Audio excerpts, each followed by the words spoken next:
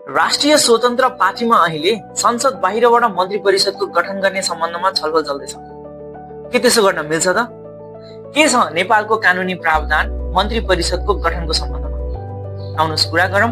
This is Vivek Bakrel, you are watching Kanoon blog. आज हामी कुरा गर्छौँ मन्त्री परिषदको गठनको सम्बन्धमा। मन्त्री परिषदको विशेष दक्षता र विज्ञताको निम्ति, राजनीतिक स्थिरताको निम्ति, कहिलेकाहीँ गठबन्धनको लागि वा कुनै निर्णय लिनु पर्दाखेरि समर्थनको लागि, स्वार्थको रूपमा देखा पर्ने मन्त्रालयको पद सम्बन्धी समस्याको समाधान गर्नको लागि रासोपाले यसको उपाय चाहिँ संसद बाहिरबाट मन्त्री परिषदको गठन गर्नुपर्ने कुरामा चाहिँ जोड दिएर छलफल गर्दैछ।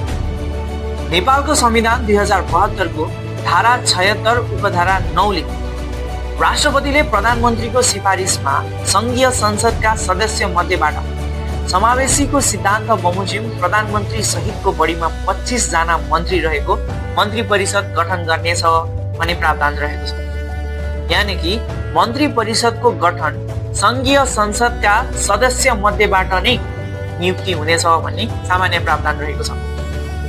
अब यो कानुनी व्यवस्थाको अपवादको रूपमा चाहिँ धारा 78 रहेको छ, जस बमोजिम संघीय संसदको सदस्य नभएको व्यक्ति पनि मन्त्री बन्न मिल्ने प्रावधान चाहिँ राखिएको छ।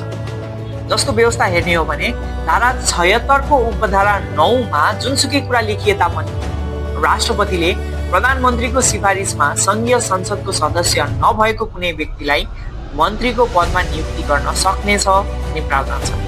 अर्थात् संघीय संसदको सदस्य नभए तापनि मन्त्रीको पदमा नियुक्ति गर्न चाहिँ मिल्ने रहेछ अहिलेको कानुनी व्यवस्था अनुसार। तर दुईटा शर्त भने अवश्य छ।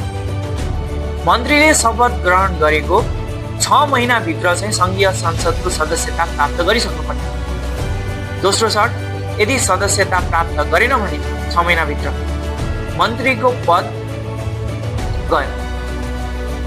अब यो कानुनी व्यवस्थालाई समग्र रूपमा अध्ययन गरी हेर्दा हामीले के बुझ्न आवश्यक छ भने यदि कुनै यस्तो अवस्था सिर्जना भइन्छ जबकि तत्कालै कुनै मन्त्रालयबाट केही निर्णय लिनै पर्ने अवस्था छ या कुनै एक्सन लिनै पर्ने अवस्था छ, तर सम्बन्धित मन्त्रालयमा मन्त्रीको उपस्थिति छैन या पद रिक्त छ भने त्यतिखेर के गर्ने? मन्त्री त चाहियो। त्यतिखेर सो निर्णय लिनको लागि, सो एक्सन तत्काल लिनको लागि चाहिँ संसद बाहिरबाट मन्त्रीको नियुक्ति गरिने व्यवस्था रहेछ। त्यसरी चाहिँ मन्त्रीको नियुक्ति हुने रहेछ। चाहे 6 महिना पछि सो व्यक्ति मन्त्रालयमा रहोस् नरहोस्, तत्काल निर्णय लिनको लागि, सो निर्णय या सो एक्सन लिनको लागि चाहिँ मन्त्रीको नियुक्ति हुने सम्भव रहेछ। यो धारा 78 को व्यवस्था चाहिँ मन्त्रीको नियुक्तिको लागि मात्र हो, प्रधानमन्त्रीको नियुक्तिको लागि भने यो लागू हुँदैन। अब आउँ मुख्य मुद्दामा।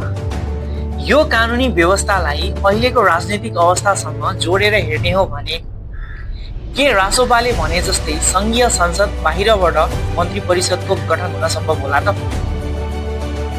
सम्भव त छ, तर अस्थायी रूपमा मात्र, 6 महिनासम्मको लागि मात्र। किनभने 6 महिनाभन्दा बढी मन्त्री पद टिकाउनको लागि त संघीय संसदको सदस्यता प्राप्त गर्न पर्यो नि त। चाहे प्रतिनिधि सभाको होस् चाहे राष्ट्र सभाको होस्, सदस्यता प्राप्त गर्नु त पर्यो। सम्भव होला त त्यो? 25 जना हुन्छन् मन्त्रीमण्डलमा, 25 वटा सिट चाहिन्छ यी मन्त्रीमण्डललाई संघीय संसदको सदस्यता प्राप्त गर्नलाई। 25 जनाले राजीनामा दिए मात्र यत्रो सिट एभाइलेबल हुन्छ संघीय संसदमा, प्रतिनिधि सभा र राष्ट्र सभा दुईटै गरेर। नत्र 25 वटा सिट चाहिँ पाएको पाइयो, सम्भव छैन। त्यसैले यो कानुनी प्रावधान बमोजिम मन्त्रीमण्डल गठन हुन सम्भव छैन। अब संघीय संसद भन्दा बाहिरबाट मन्त्री परिषद नियुक्ति गर्ने एक मात्र तरिका भनेको संविधान संशोधन। अब तपाईहरू आफै भन्नुहोस्, अहिलेको राजनीतिक अवस्था हेर्दा संविधान संशोधन सम्भव होला त?